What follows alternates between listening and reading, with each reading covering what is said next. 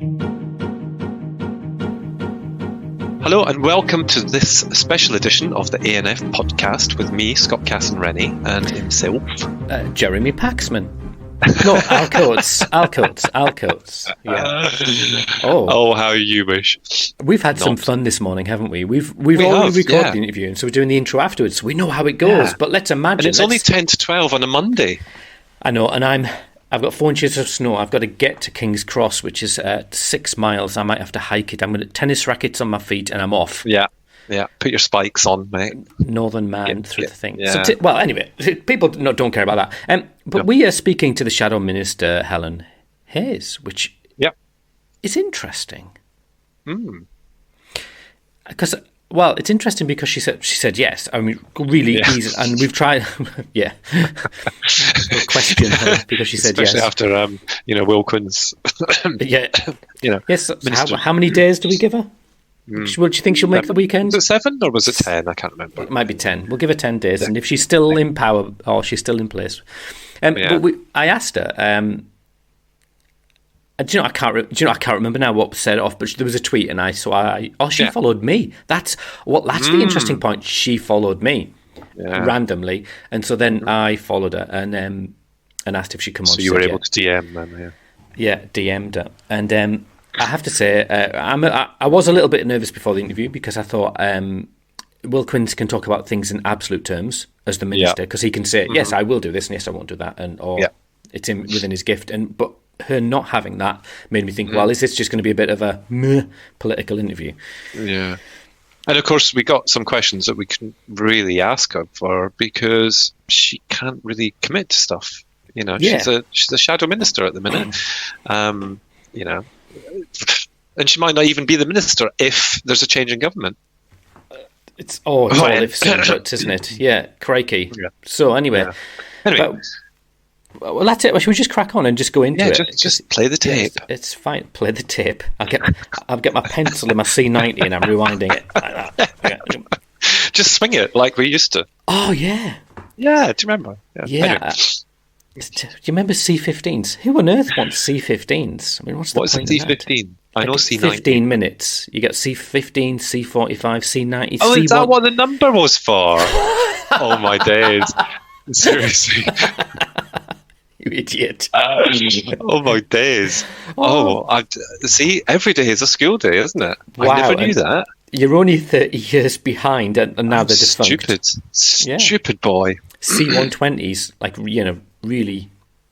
Oh, you left them out in the sun in the car and they all turned to mush. Anyway. Oh, do you know, and you've just reminded me that video cassettes had E180s, didn't they?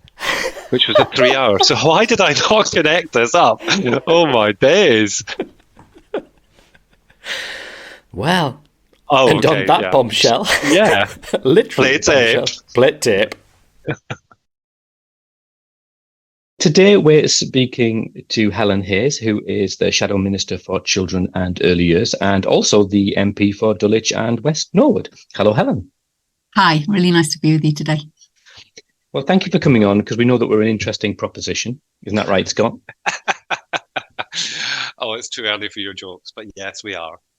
Yes, we are. A start point. So, I mean, I really appreciate you coming on because we're conscious that, in your role as the Shadow Minister, you've got this brief, but actually you don't necessarily have that much power.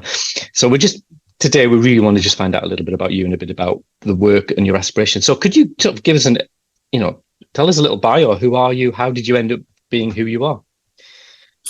So I grew up in the northwest of England in a small town called Ormskirk, just outside Liverpool in West Lancashire. I grew up with parents who both worked in the public sector. My dad worked for the local authority in Liverpool. My mum worked in the local hospital and had the opportunity to go back to education when she was. So I did my GCSEs and my A-levels and my degree in the same year as my mum, which was a kind of a lovely journey to kind of go on together as she was going back to education and I was going through it for the first time. I went to a school, the local comprehensive school. I think the start of my politics was growing up in an environment where we could see the impact of decisions that politicians were making on our day-to-day lives. We could, in the northwest of England in the 1980s, I had friends whose parents were being made redundant. We could see the impacts of rising unemployment. We could see in our school, where I had went to a brilliant school with really fantastic teachers, but the school was literally falling apart around us. And from a very, very early age, I remember having just a very strong sense of justice and fairness, and a real drive around, the things that weren't right and the people who were suffering the consequences of things not being right. So I went to university, and I actually, as happens so often, I fell into the same profession as my dad. So I became a town planner, and I worked in town planning for the best part of 20 years, working all across the country with different communities around change in the urban environment, and learnt from that I suppose towns and cities are always changing, and that can happen in a way that benefits people and delivers for communities, or it can happen in a way that's a disaster for and every town, every city's got examples of that. And so the work that I did was very much always about engaging, talking to local communities, trying to get the best and the sort of fairest outcomes in town planning. But it's quite different to the role that I have now, which is speaking for Labour on behalf of children and young people, and thinking about childcare and the early years sector, thinking about children's social care and the way that we support and that government supports the most vulnerable children, thinking about children with special educational needs and disabilities, and also got aspects of youth work and children's mental health as well. But the passion that I have for this brief comes really from that sense of justice, that sense that we owe it as a society to be doing. It's a marker of us, as a society, how we support those who are the most vulnerable. Children shouldn't suffer as a consequence of the decisions that adults make, and the systems that we have in place to support children and young people are fundamentally an investment in the future, that we do the best by all of us when we really deliver for children and for the most vulnerable children. So I've been doing this role for about a year now, and I can't think of a better job in politics. Oh, that's really interesting. Ministers, so that's quite an achievement, isn't it? Sorry, you could tell we're not exactly impressed with the current state of affairs either. No. Sorry, Al, I interrupted you. No, I mean, it was that point really, is that, a year as a children's minister around these parts makes you kind of a grandee, doesn't it? And I think what that reflects maybe, I guess what is sort of felt, I think, within large parts of the community that we reflect, is that this is seen as a training ground for ministers at best, or as a safe place to put your mate at worst. And how does it fit within the Labour Party? Because obviously it's a shadow role. And what does that mean? I mean, is it just you're literally waiting for the shadow minister, the minister to say something and you have to respond, or is it what does the function of that look like? Well, there are two aspects to any shadow role, and the first is the day-to-day job of holding the government to account for what they are doing with that particular area of responsibility. So we are looking every day at what the government is doing, and also with this brief, what they're not doing, what they're delaying, bringing forward, and taking action on, and trying to make sure that there is that accountability and challenge to the government. But we are also preparing for the next election, and very, very much working towards, doing everything we can to make sure that there's a Labour victory at that election, and that when we get that victory, we are ready to govern and know what it is from day one that we want to achieve, and are ready to do that. it's easy to be focused on that moment of the general election, but actually what comes after it is so much more important, and you only have that opportunity once. So making sure that we are ready and prepared really to deliver for the country after the election is also an important part of any shadow role, and mine is no different to that.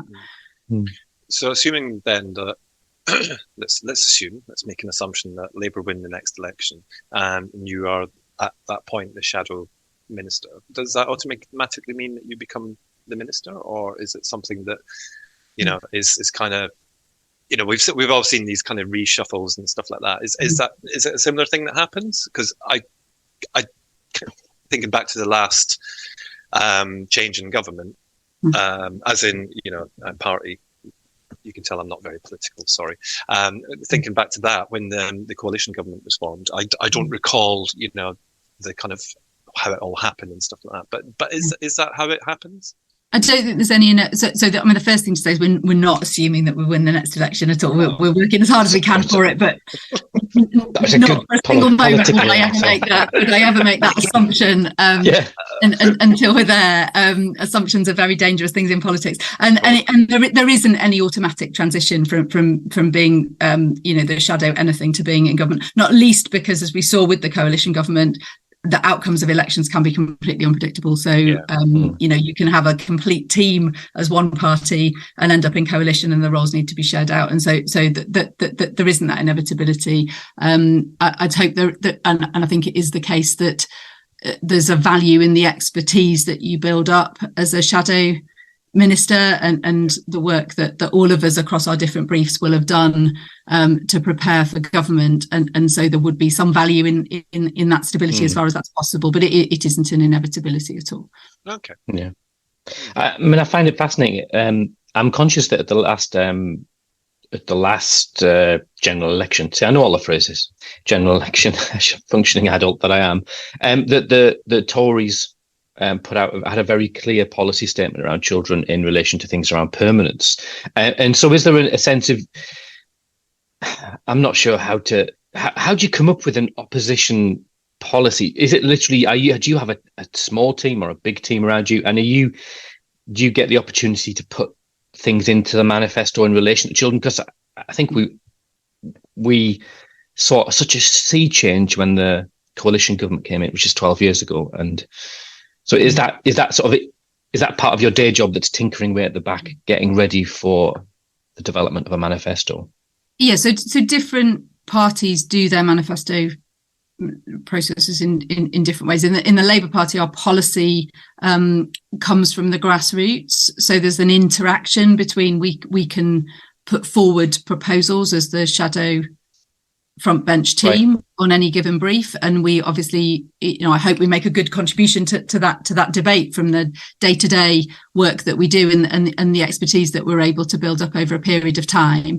And but that process of developing the manifesto is something that happens with our Labour membership and through a kind of democratic process in the party. So, and it's an interaction of those two things, really. What the kind of shadow front bench, the kind of front-facing part of the party has to say, and then also, what our members think are important, and that process happens kind of quite late before the election. But there are plenty of clues coming forward in the lead up to the election, around what we're going to say. And I think when it comes to children, I mean, for the Labour Party, children have always been front and centre of our policy making. And our actions when we're in government, and so there's a part of it that's about thinking about, with the specific brief of children's social care, what will we do, and what are the very specific policies that we'll bring forward. But there's a larger part of it that's about how do we create a policy environment across the whole that works to alleviate poverty, that works to, one of the things that we are most proud of our record when we were last in government is that we lifted 1 million children out of poverty. Yeah. We know that there's a direct relationship between the pressure of poverty on families and the numbers of children who end up being looked after children and in the care system, and adverse childhood experiences that the impacts of which last a lifetime. So that bigger, how do we create an economy and a society that is fairer and delivers more for the families that have the least? I think is as much as important a part of the process of thinking about children as is the kind of the specifics of exactly what children's social care looks like under a Labour government. So effectively you're saying that if we were members of the Labour Party, then that we would have an opportunity to lobby or feed back our views and thoughts. Now, I'm asking for a friend, but if you didn't live in the same country as England, could you join the Labour Party? I think there is a scope for international membership. I think just hypothetically, an hour on a Ryanair flight. So I'm not sure international. I don't see it as international, but yeah, I'm sure that's what would come under the definition. You could start Ennis's first Labour branch. You could be the chair and the treasurer and everything. So that feels interesting because sometimes it feels like there's no the opposition to what the policies in relation to children. It feels like there's not been a very potent voice in. And I don't want to be critical, but I'm kind of reflecting. For example, the care review, where it was very much we need a care review. The care review is good. We need to do it. Is there any more nuance to that? Because I think that the community has had concerns around some aspects of the care review. So I was wondering what your thoughts, what you're thinking around all that stuff. That isn't our position on the care review. Right. We welcome the fact that the government has commissioned the review and that the review's been completed, and absolutely grateful to Josh McAllister and his team for all of the work that went into the care review and the kind of drive that he has to see real meaningful change in children's social care. But I think at the moment we've got a Conservative government in power, and absolutely nothing is going to change for children until the government responds to the review and sets out what they are going to do. That's the kind of first priority for moving children's social care forward. And we have a situation where the situation has been getting worse for the most vulnerable children for 12 years now. And this area of policy hasn't had the care and attention either from the coalition government or from subsequent Conservative governments that it's needed. So that's different to saying that we're uncritical or right. that we haven't got a nuanced approach to the review. I was clear in responding to the review when it was published that we want to see the review taken forward with the full involvement and engagement of the people who work most closely with vulnerable children, whether that's social work professionals or foster carers and families, and with care experienced people themselves. And there's a huge amount in the review. And it needs unpacking, and there's a lot about which there is a very, very broad consensus, and a lot of things that should have frankly happened years ago, and that there's very little excuse for the kind of lack of action. But there are some really complicated big proposals there as well, and some things where I think that there is a need for further exploration and unpacking and consultation and engagement with the sector. So we are working through what Labour's approach will be, and we'll set that out ahead of the election. But in the meantime, as I said earlier, our job is to scrutinise the government and to challenge them on their lack of action. And they've got the review; they need to say what they're going to do with it, and they can't be using anything as an excuse for just sitting on their hands, anymore. And we've had this sort of merry-go-round of children's ministers. I know, from having been in my role for a year, it takes a while to get up to speed with a new brief. Yeah. And so every single time there's a change of person in that role, children experience further delay in seeing the action that they need, so that's our first priority while we are still in opposition, is to just be pushing the government to respond and to take action on a children's social care sector that really is in crisis at the moment, and a situation that for many families and also for social workers and other professionals, an intolerable day-to-day environment that they face. Yeah. And for a once in a lifetime review, as it was pitched, I mean, it was quite disappointing to see the numbers that turned out to discuss it in Parliament. I mean, talking about a handful of people, MPs, that were kind of there for that. I mean, was that expected, do you think, or? So I think that's a function of the type of debate that it was. So really the government should have, which is also a function of the government's delay. So, the review was published in the spring. There has been no published response from the government in like 7 months now, and no opportunity for Parliament to debate in detail children's social care. And so what one of my colleagues, Rachel Maskell, did was apply for that debate under the Backbench Business Committee, which allows for backbench MPs to come forward and with a proposal to debate anything that they think you should be debated by Parliament. Yeah.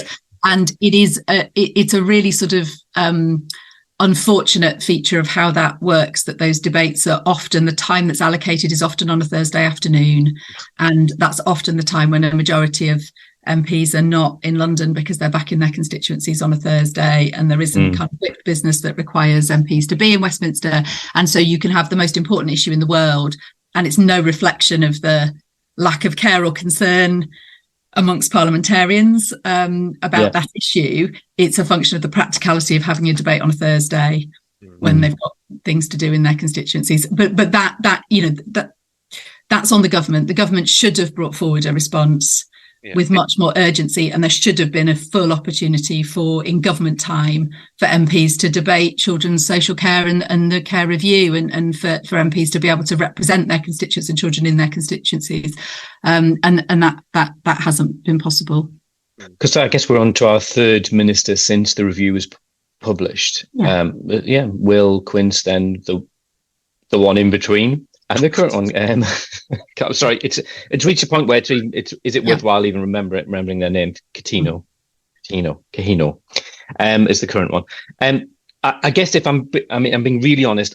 So for this interview, I thought, unlike most of our interviews, I just turn up. This one, I thought, right, I'm going to do some work, and so I went away and read some stuff. But I was surprised that it just felt that this area, because like you say, it's a once in a lifetime review, which is how exciting. But then just saw that there was such a limited response. But I think, is it a communication issue in that sense that you've made it really clear to me that you're waiting for them to come out and go, we're going to do X, Y, Z, and then you can put a counter message or whatever you want. But even the debate a few weeks ago, people don't understand that, do they?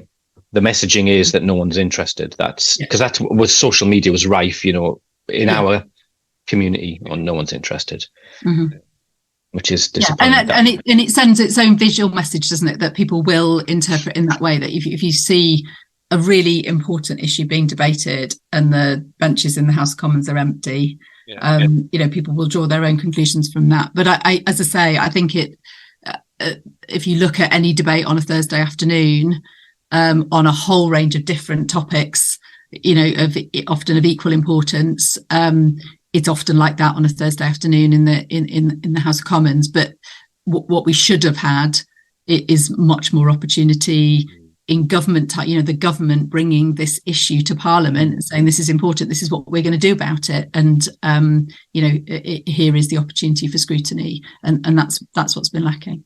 And of course, not all MPs live in London. You've got people from all over the country, haven't you? So. Yeah, and there might have been a party on.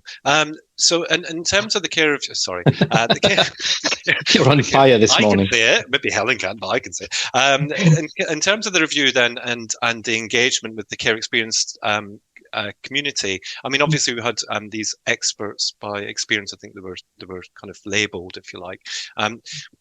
There's been kind of a lot of discussion again about this and how wide it went. Do you think that the net was cast wide enough in terms of the experience that was brought to it, or would you have liked to have seen more? Or so I think that the review is based on very wide engagement. I don't think that there Josh, the net was widely cast in relative to lots of government consultations. There were there was a good level of engagement with it, and a good level of awareness across care experience sector that it was happening. I suppose I think it's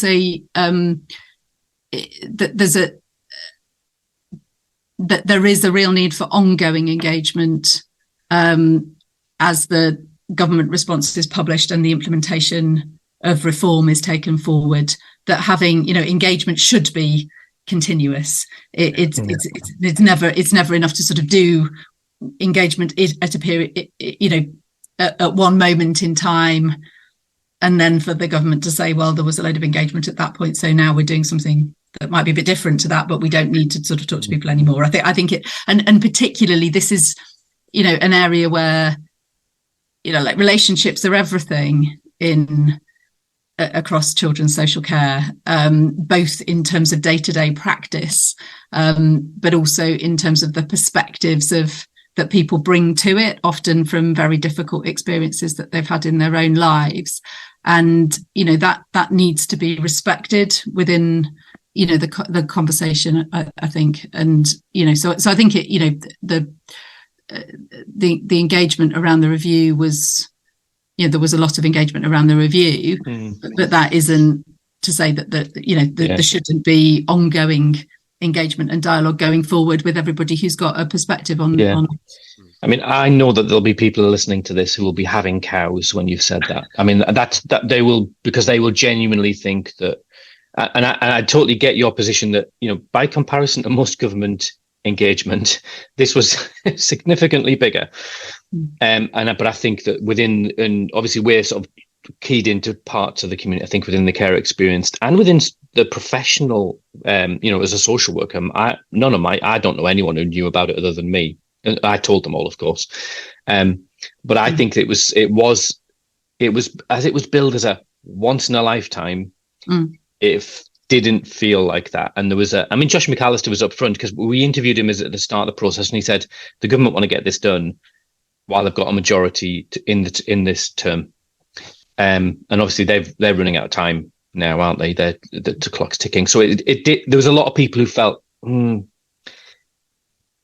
that's not necessarily, that's not a criticism of you, but I think that just is something I think maybe for you to, if you could appreciate that there was a lot of people who felt actually quite excluded by the review. So we can give you their names and addresses if you want. I think the speed it went through at as well, I think that was highly criticised, because once in a lifetime you would expect it to take, not to be slow, but to certainly take some time. And of course, a lot of the stuff was done around social media, wasn't it, in terms of engagement and stuff. And not everybody is on social media, so there's lots of things we could criticize and debate about it. But I think that that's definitely our kind of our experience of what we've seen and what we've heard. So and I think, as I said, I think the important thing is that there are those opportunities going forward. This will be whatever the government decides to do, and whatever an incoming Labour government does around children's social care, it will be a significant set of changes, that are implemented over a period of time, and having that opportunity for people to feed in and for there to be a sort of open dialogue and an open conversation with around it. I think is important. I think the review, as you've said, the review is a product of the circumstances, and any piece of work is reflects the circumstances in which it was commissioned. It only had to be a once in a lifetime review because there'd been such a neglect of this area over such a long period of time. I mean, actually, that set up a huge level of expectation on it, because there had been so little action for such a long period of time. But the implementation needs to be got right, and that will involve further dialogue and conversation and listening to those who've got a wide range of perspectives on it. Because it could become quite complicated in that let's like to put our imaginary heads on and imagine that in 2 years' time that you as a government the Labour government steps in, and at that point, the decisions have been made around the review that you may have to pick up a ball that isn't necessarily the ball you want to pick up, but then in this kind of, in the wisdom of Solomon, do we then do another review, or do we? Because then everyone will just go, oh my goodness, we've just had a review. The last thing we want is another review, especially when this one went half cocked. That must put you in we fully appreciate you're a politician, and we fully appreciate you've got to be careful, haven't you? You every word you say has to be chosen really carefully at this point. But it must be a sense of frustration, thinking, oh, this could be a right mess to kind of make sense of when and if we get into power. I mean, I think there'll be so many things when we get into power that we will inherit that, would that it were different, and that's that's the nature of politics. It's the nature of being in opposition and then hoping to be in government. I think we mustn't lose sight of the need, the urgent need that there is for change and action on the ground, and picking up from wherever the government gets to and working out what needs to be done, to get to a more tolerable situation for children and their families. That's the challenge that we've got, isn't it? Can I ask a few sort of questions that people sent to us, and we fully appreciate that you can't say yes or no. We totally get that you're not in a position to. It's not within your gift. Even if you want to say yes, it doesn't mean it's going to happen. So we've got a couple of questions. One from a woman called Pam Hodgkins, who's an adopted person herself, and she's also she's been a social worker, and she's campaigned for decades in relation to supporting adult adoptees and supporting adopted parents. Absolute star. So if you need anyone to talk to, we can give you a number.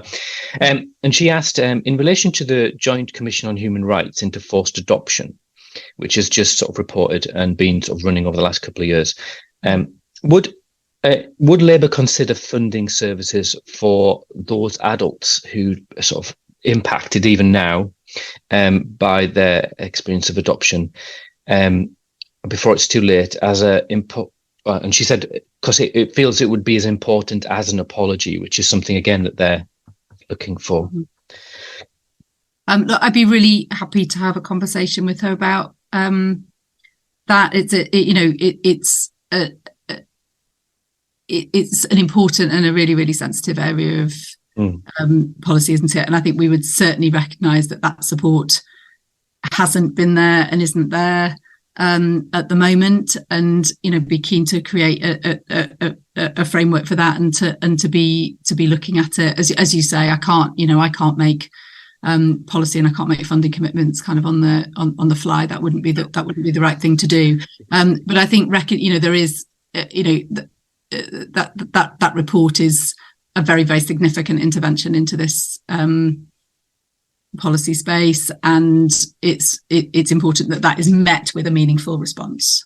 I mean, Pam was the founder of NORCAP, which obviously is no longer in existence, but that was a really, and like Gal said, she's very much a campaigner for those who've been adopted as well to receive support, because I mean that's the other thing that we read about every day. Adoptees, or an adopted adult, should I say, accessing services and support is a really hard thing, because as adopted parents we can provide what we can provide, but actually there's a need for adopted people to be able to access their own services.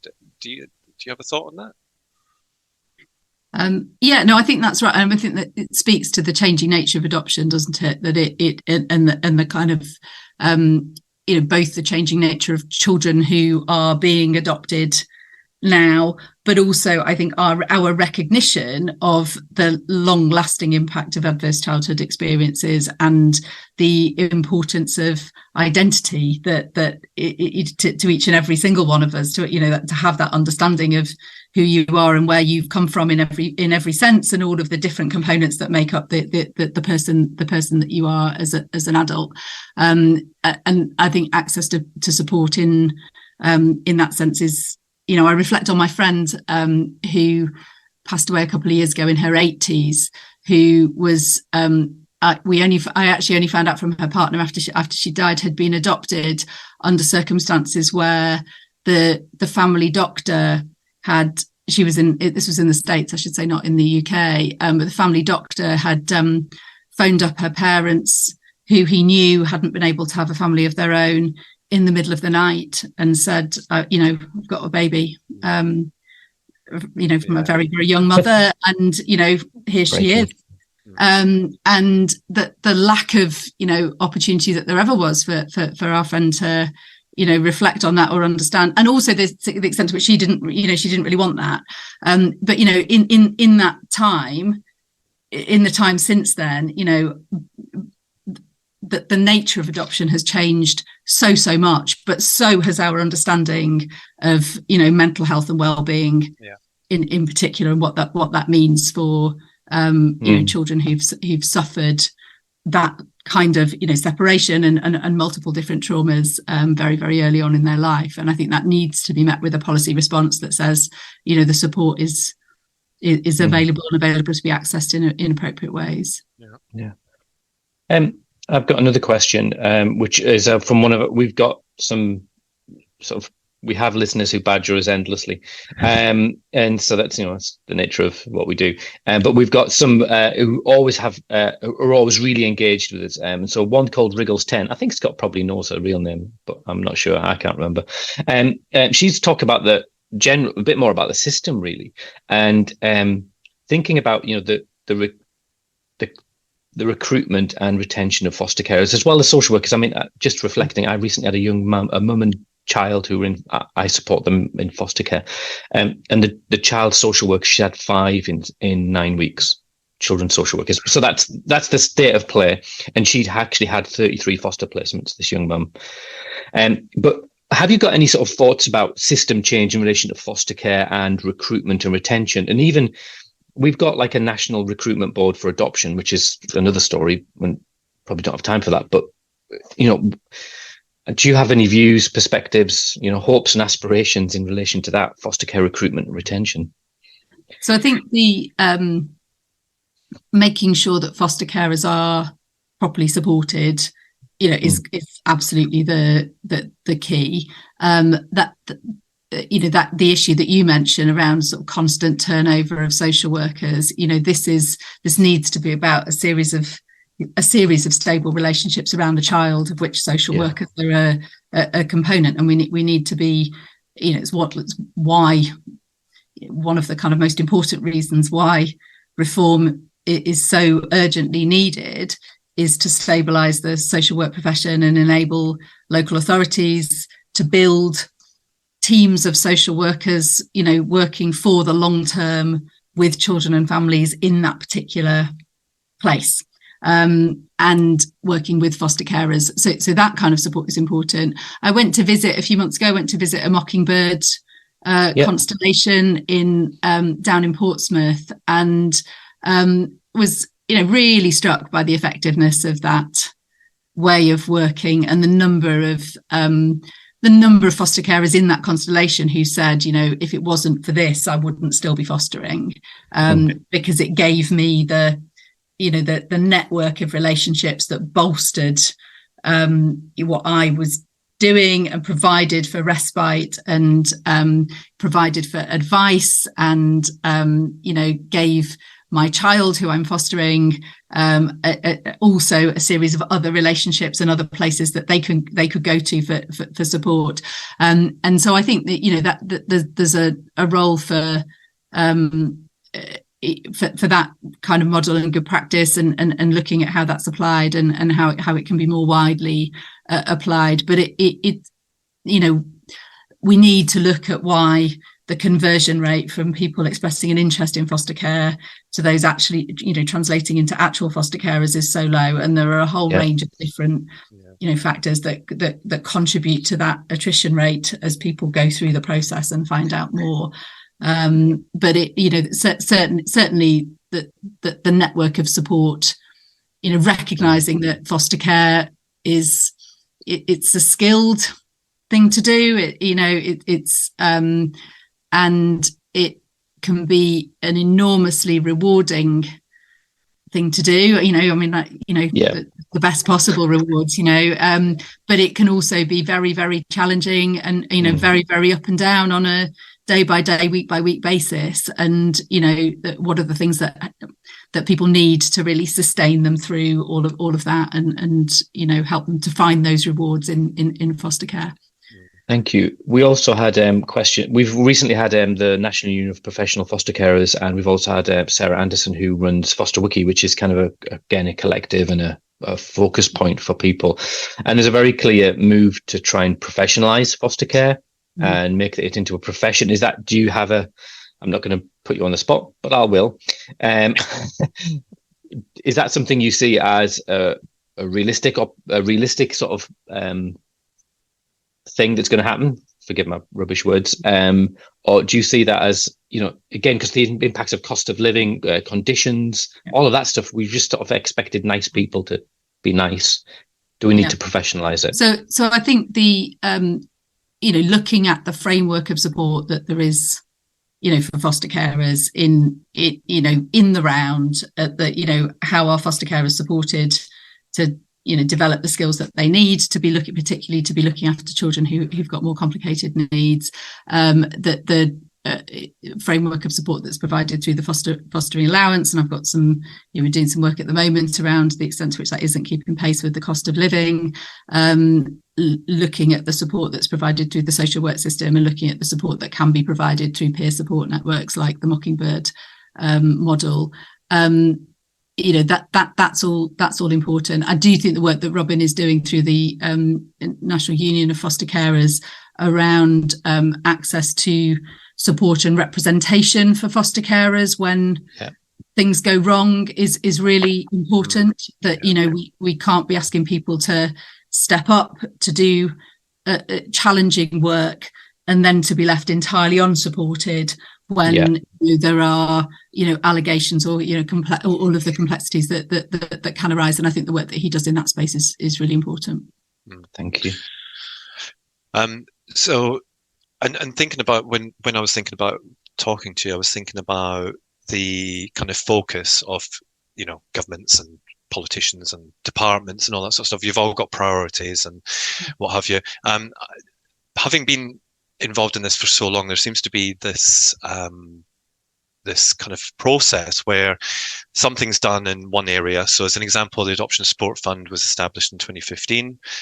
It's progressed a little bit since then. It's fair to say, we now provide support for SGOs if they're aware of it. Probably the most common thing we hear is that, SGOs are unable to access it because of varying circumstances. And I guess I'm just asking this question really, is it the case that you fix one thing and then you move on to another thing and just let that go? Or is it, is it all is it juggling lots of balls? Because I'm just thinking, you've got fostering, you've got adoption, and this is based on our podcast, obviously. I know you've got more than this and it goes wider than this, but you've got fostering, adoption, special guardianship, kinship carers. That's a lot to kind of juggle in there, and each of them all trying to grab finance, support, all this kind of stuff. How do you juggle that, and how do you make sure that it's how do we, I'm going to use a really horrible phrase, but how do you level that up so that everybody is in the same boat? Because we're all looking after children who have been through ACEs, let's face it, or trauma, or how do you do that? Well, I think the situation that we're in currently is a consequence of 12 years of funding cuts to local authorities and resources being squeezed, and that creates an environment where every individual bit of the sector is under pressure, and often under intolerable pressure, and really crying out for help and support. I think where we want to get to is to a place of consistency across the country. So one of the things that I'm very, very concerned about and exercised by is the level of poor performance in local authorities. So we've got a situation where 50% of all local authorities are rated inadequate or requiring improvement. and that creates a postcode lottery essentially for people who are looking after the most vulnerable children. And resources are, I think, a part of that set of problems, but resources don't explain why there are some local authorities that are doing exceptionally well. And actually, if you can get Southwark, which is one of my local authorities, doing really well. Leeds is always the example that people quote of an authority that has done, and what when you look at what they've done well, they've managed to work proactively to prevent the need, particularly for long-term residential placements for children, as a consequence of which they save quite significant amounts of money being spent on private sector residential placements for children, that they're able to put into early help and support for foster carers, and to create that more supportive framework around the most vulnerable children that then delivers better outcomes. And I want every local authority across the country to be like that, where we're not talking about different bits of the care sector competing against each other, but we're talking about identifying the most suitable route for each and every child based on their needs. Where whether you're a kinship carer or a foster carer or a special guardian or an adoptive family, the support that you need is fit for purpose for the child or children that you're looking after. So selfishly then, as adoptive parents, I hold my hands up. I cannot access the Adoption Support Fund because I don't live in the country anymore. However, we go year to year of this being, maybe it will happen, maybe it won't, everybody being concerned that it's not going to continue on, even though, for them not to continue on would be an absolute travesty. And, I've certainly sat in meetings with some civil servants at the DFE and discussed the financing of the Adoption Support Fund. But it seems to have kind of stalled in terms of the future. Now we've got it for until when? 24. The spending review in 24, so that'll be 25. Exactly. Yeah. But what about beyond then? You are aware of it. I know you are. You seem pretty clued up. So, I'm going to give you that one. But, what would that look like under a new government, do you think? Would it be there? So I think that this sits within the wider context of the need for reform, and looking at how support is provided. I'm not particularly comfortable myself with lots of individual short-term pots of money, but particularly where it can be completely predicted that the problems are not the issues that the funding is addressing and are not short-term problems that will be solved within a given financial year. But it wouldn't be for me at this. No. I know you understand. To make a preemptive spending commitment. Shadow Minister promises. We've got it for life. Yay! I mean, that's the thing you've just mentioned, that financial year thing, and that's I remember probably 2017, that was the biggest comment that was made around ASF is a child's life isn't a financial year, or lives don't go in financial years, but when it comes to deciding how much kind of finance we can support families and young people, that is what it comes down to, a financial year. And especially in local authorities, there's, like you say, they've been squeezed and squeezed and squeezed, and it's a case of, well, do we empty the bins, or do we do we offer services like Sure Start? I mean, it's a tricky one. Can I ask? One of the things that one of the things the KRB is very clear about is that the costs. If the government does nothing on children's social care, the costs continue to go up. So this is that speaks kind of more clearly than anything, to my mind, to the urgent need for reform, because those costs aren't going up delivering positive outcomes for children at that point. They're going up, in response to crises, situations continuing to escalate and to get worse. So, treading water almost. I am conscious we've taken a lot of your time, but I'd love to get your views on special guardianship and kinship, and also young carers, because I know that that's something that I've seen. It's what you've been talking about, and I think well, just as an open question, really, what are your views on supporting special guardianship arrangements, which just feel have been really just hidden, or just like wallpaper, it's just there, it's just happening. And finally, the care review, the one thing positive out of the care review was that there was this kind of opening up of this issue.